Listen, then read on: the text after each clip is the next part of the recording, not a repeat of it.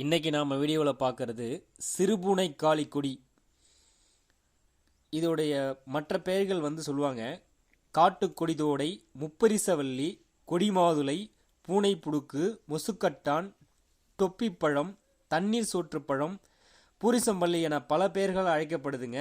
இதன் வகைகள் வெள்ளை, கருநீலம், நீலம், ரோஸ் பல நிறங்களில் பூக்கும் கொடி வகையாகுங்க. இது புதர் பகுதியில் சாலையோரங்களில் இது அதிகமாக காணப்படும். இதன் பழத்தில் எண்ணெய் தன்மையும் கொடிகளில் பிசுபிசுப்பு தன்மையும் கொஞ்சம் காணப்படுங்க.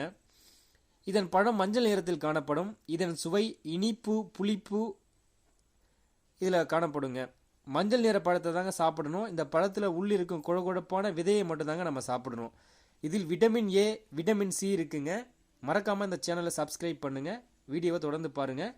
சளி தொல்லை, வலிப்பு நோய், இரைப்பை புண், குடல் புண், ரணங்கள், குடல் புழு, இருமல், தூக்கமின்மை, கருப்பை கோளாறை சரி செய்யுங்க இந்த சிறுபூனை காளி. இதன் முழு சம்பளம் கைப்பிடி அளவு எடுத்து 250 ml நீர் விட்டு பாதியாக காய்ச்சி 50 ml காலை மாலை நீங்கள் குடிச்சிட்டு வந்தீங்க அப்படின்னா குடல் புண் குணமாகுங்க. குடல் புழுக்கள் வெளியேறுங்க. இதன் இலை ஒரு கைப்பிடி அளவு எடுத்து இது கூட கல்யாண முருங்கை ஒரு கைப்பிடி அளவு காய வைத்து தூளாக்கிங்க. நிழலில் காய வச்சு தூளாக்கிங்க. 1 லிட்டர் நீரில் கொதிக்க வைத்து வடிகட்டி சர்க்கரை கொஞ்சம் சேர்த்துக்குங்க. இல்லைன்னா நாட்டு சர்க்கரை கூட கொஞ்சம் சேர்த்துக்குங்க. இப்படி குடிச்சிட்டு வந்தீங்க அப்படின்னா தூக்கமின்மையை சரி செஞ்சுருங்க. இதன் சூரணம் இதனுடன் சுக்கு, மிளகு, திப்பிலி சேர்த்து கொதிக்க வச்சிங்க. 50 ml சாப்பிட்டீங்க அப்படின்னா சளி இருமல் சரியாகுங்க. இதன் இலை கைப்பிடி அளவு எடுத்துங்க.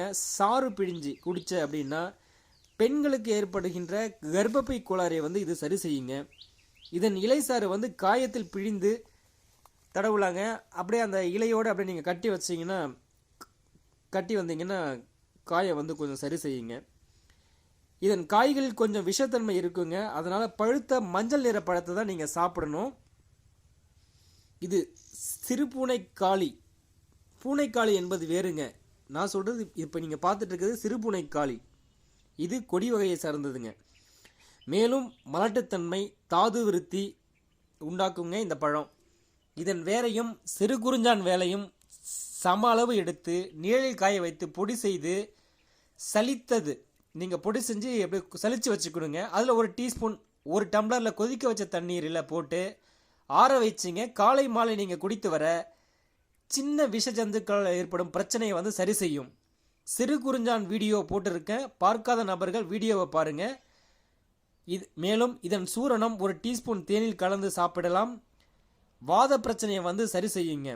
இதன் பழம் 5 எடுத்து மேல் தோலை போக்கியதுங்க. 1 டம்ளரில் போட்டு சிறிது எலுமிச்சை சாறு விட்டு 1 டம்ளர் நீரில் குடித்து வர பித்தத்தை சரி செய்யுங்க. ஜீரண பிரச்சனை, வாந்தியை நிறுத்துங்க. தாகம் அதிகமாக எடுத்துகிட்டு இருக்கிறவங்களுக்கு தீருங்க. இரைப்பை பிரச்சனையில் இருக்கிறதெல்லாம் சரி செய்யுங்க. தாது விருத்தி செய்யுங்க. இதன் பழம் 5 தோல் நீக்கியதுங்க.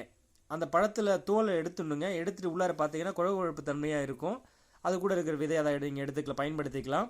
இதனுடன் முருங்கை பிசின், வேலம் பிசின், இலவம் பிசின் சம அளவு இவைகளை தூள் செய்து 1 டீஸ்பூன் 1 டம்ளர் சுடு தண்ணீரில் சேர்த்து சாப்பிட்டால் விந்து அணு குறைபாடு சரி செய்யும்.